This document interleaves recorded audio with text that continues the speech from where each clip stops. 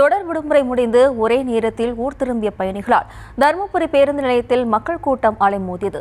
பயணிகள் முண்டியடித்துக் கொண்டு பேருந்தில் இருக்கைகளை பிடித்து காட்சிகளும் வெளியாகியுள்ளது. குறித்தான கூடுதல் விவரங்களோடு இணைகிறார் நமது செய்தியாளர் வெற்றிவேல். வணக்கம் வெற்றிவேல், விவரம்.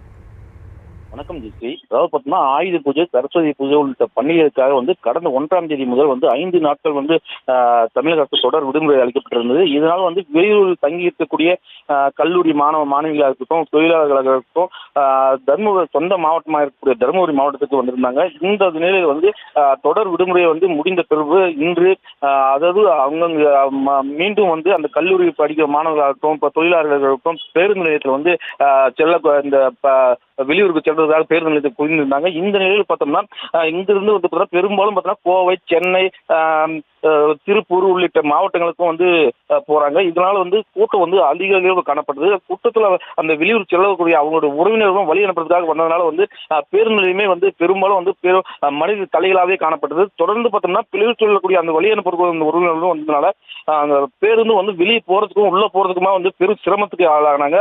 இதனால இங்க அந்த சீட்டு, அதாவது இருக்கைகளை பிடிக்கிறதுக்கே பெரும் சிரமப்பட்டாங்க. அதாவது ஜன்னல் வழியா போய் அந்த இருக்கையை பிடிக்கிறதும் முண்டி அடிச்சுட்டு போறதுனால பெரும் பரபரப்பா காணப்பட்டுச்சு.